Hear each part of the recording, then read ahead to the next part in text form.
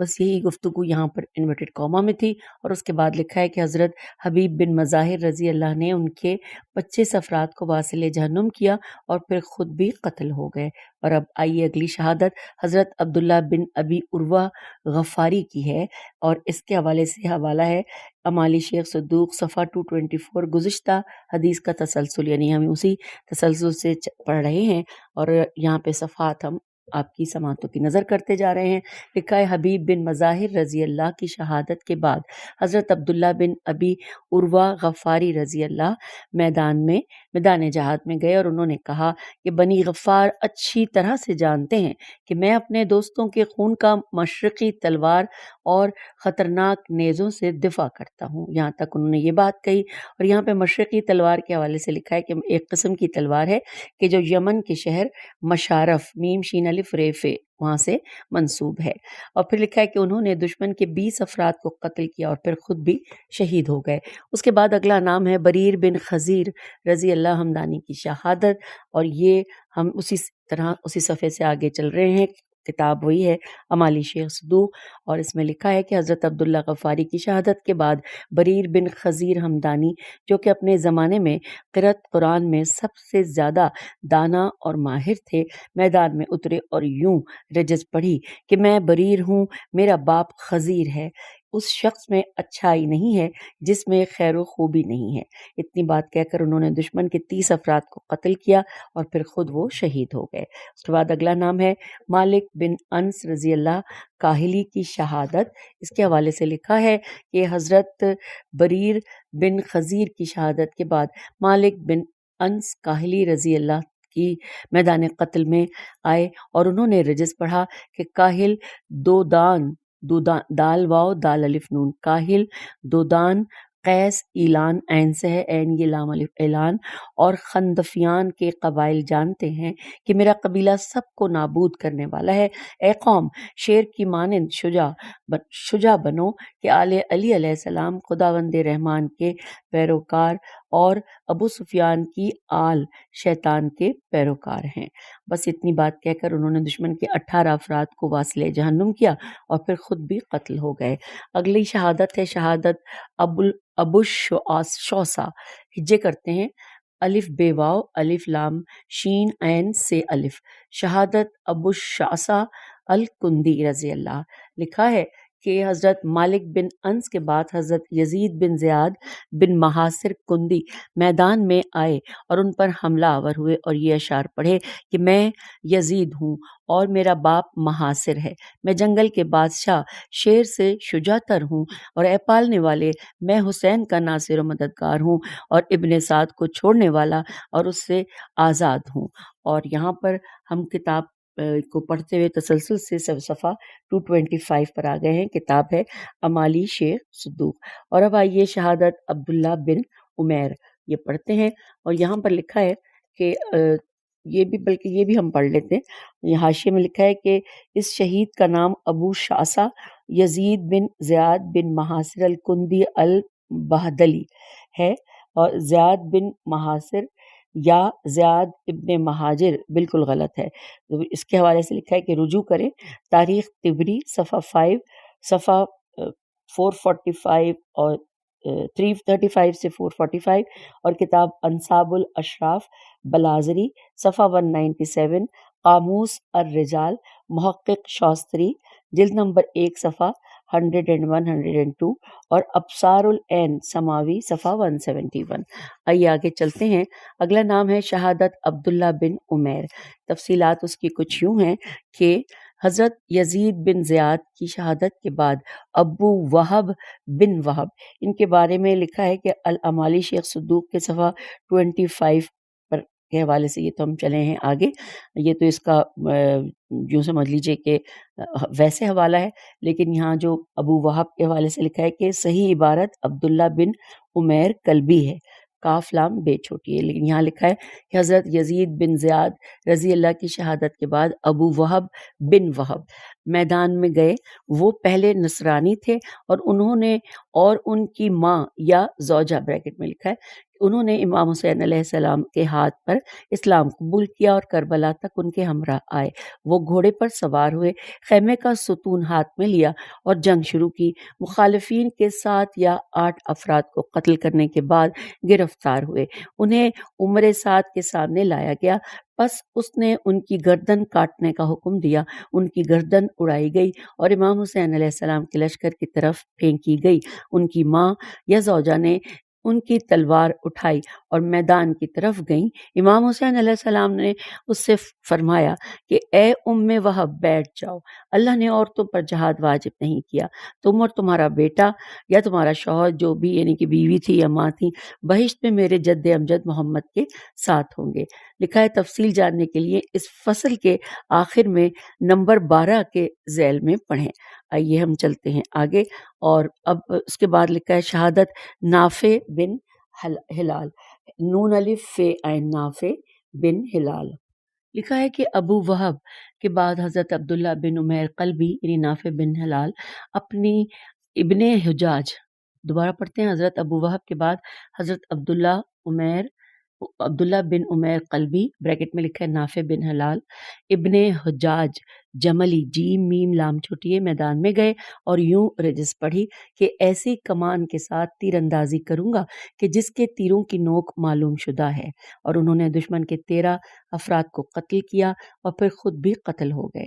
اور اب اگلی شہادت ہے شہادت عبداللہ بن مسلم، اور اس کے حوالے سے لکھا ہے کہ نافع بن ہلال جملی کی شہادت کے بعد عبداللہ بن مسلم بن عقیل بن ابی طالب علیہ السلام میدان جنگ میں اترے اور انہوں نے یوں رجس پڑھا کہ میں نے قسم کھائی ہے کہ میں آزادی کے ساتھ قتل ہوں گا، اگرچہ موت کو ایک کڑوی چیز پایا ہے، مجھے اچھا نہیں لگتا کہ مجھے کوئی ڈرپوک کہے کہ وہ میدان سے فرار کر گیا ہے۔ بے شک جو خدا کی نافرمانی کرتا ہے اور مڑ جاتا ہے وہ ڈرپوک ہے۔ اس کے بعد لکھا ہے کہ انہوں نے دشمن کے 3 افراد کو قتل کیا اور خود بھی شہید ہو گئے۔ اور اس کے بعد اگلی شہادت ہے شہادت علی اکبر علیہ السلام و قاسم بن حسن علیہ السلام۔ ہم امالی شیخ صدوق کے صفحہ 226 پر پہنچ گئے ہیں۔ لکھا ہے کہ اس کی تفصیلات یعنی کہ اب ہم شہادت علی اکبر اور قاسم بن حسن کے بارے میں پڑھنے جا رہے ہیں کہ عبداللہ بن مسلم رضی اللہ کی شہادت کے بعد امام حسین علیہ السلام کے بیٹے علی اکبر میدان جنگ میں گئے۔ جب وہ دشمنوں کی طرف روانہ ہوئے تو امام حسین علیہ السلام کی آنکھوں سے آنسو جاری ہوئے اور فرمایا آپ نے کہ اے معبود حق، تو گواہ رہنا کہ ان کے ساتھ جنگ کے لیے وہ گیا ہے کہ جو تیرے پیغمبر صلی اللہ علیہ وآلہ وسلم کا فرزند ہے اور صورت و سیرت میں لوگوں میں سب سے زیادہ ان کے مشابہ ہے۔ علی اکبر نے جو رجز پڑھا اس میں یوں کہا کہ میں حسین بن علی علیہ السلام کا بیٹا ہوں اور خانہ خدا کی قسم ہم سب سے زیادہ نبی صلی اللہ علیہ وآلہ وسلم کے قریبی ہیں۔ کیا تم نہیں دیکھ رہے ہو کہ میں کس طرح اپنے پدر گرامی کی حمایت کرتا ہوں؟ یہ بات کہہ کے مولا علی اکبر نے دشمن کے 10 افراد کو قتل کرنے کے بعد لوٹ کر اپنے بابا کی خدمت میں وہ آئے اور یوں کہا بابا جان پیاس۔ تو امام حسین علیہ السلام نے فرمایا میرے بیٹے تحمل کریں کہ میرے جد رسول خدا آپ کو چھلکتے ہوئے جام سے سیراب کریں گے۔ علی اکبر علیہ السلام میدان جنگ میں لوٹ آئے اور آپ نے جنگ کرنا شروع کر دی اور دشمن کے 44 افراد کو قتل کیا اور پھر خود شہید ہو گئے۔ علی اکبر علیہ السلام کی شہادت کے بعد جناب قاسم بن حسن علیہ السلام میدان جنگ میں آئے اور کہا اے میری جان مضطرب مت ہو، جو بھی زندہ ہے اسے ختم ہونا ہے، آج بہشت خدا تمہارے استقبال میں ہے۔ اور یہ کہہ کر دشمن کے 3 افراد کو قتل کرنے کے بعد وہ خود بھی زین سے زمین پر آ گئے۔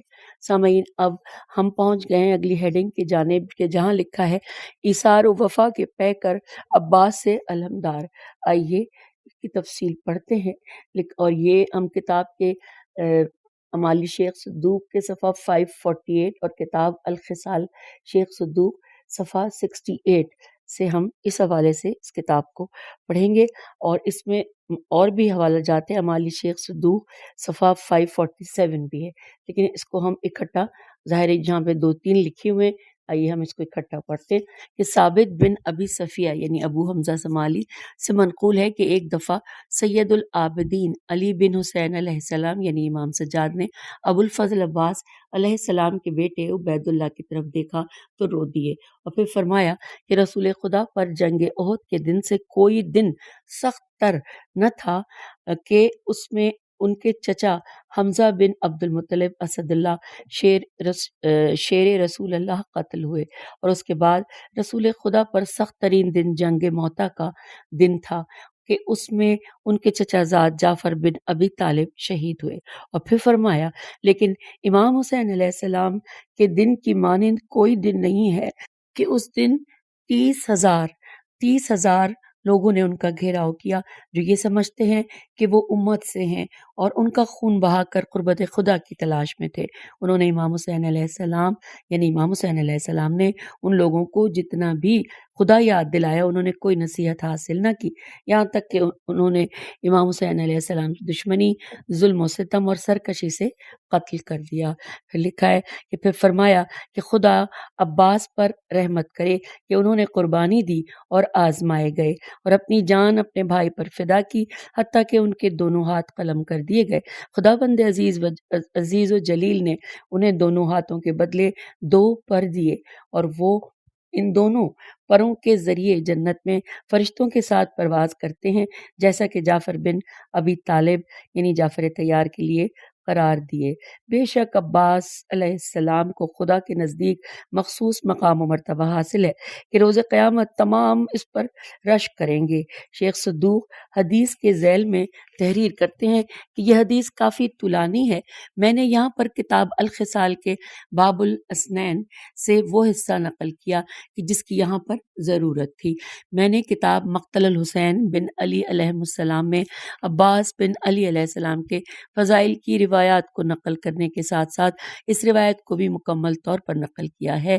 اب یہاں پر ایک فارسی کے 2 اشعار ہیں اور مجھے فارسی نہیں آتی، میں کوشش کر لیتی ہوں کہ جو لوگ جانتے ہیں ان تک غلط تو میں نہیں پڑھوں گی لیکن جتنا پڑھ سکی کہ آن روز جہاں بوئی از احساس نداشت کس حرمت آلے عشق را پاس نداشت ہفتہ دو یار با وفا دشت حسین مظلوم تر از حضرت عباس نداشت۔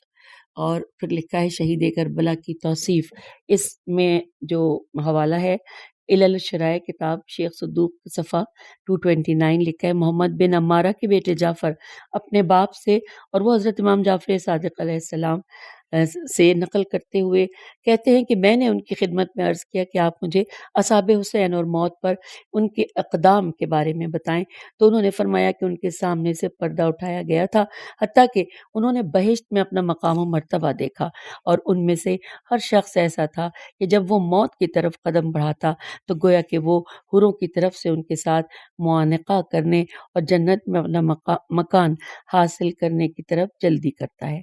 سامعین، اور اب ہم پہنچ گئے ہیں تیسری فصل پر تحقیقی نگاہ ڈالنے کے لیے، آئیے اس کو مل کر پڑھتے ہیں۔ اس میں لکھا ہے کہ دوسرے لفظوں میں یوں ہے کہ وہ حضرات جو ہر حکمران کو اولو الامر یا ولی امر کا لقب دے کر اس کی اطاعت کو واجب سمجھتے ہیں اور اولو الامر مثل یزید وغیرہ کی اطاعت کے بغیر عبادت خدا کو ناممکن و محال سمجھتے ہیں، وہ لوگ حقیقت میں غیر خدا کے پجاری ہیں۔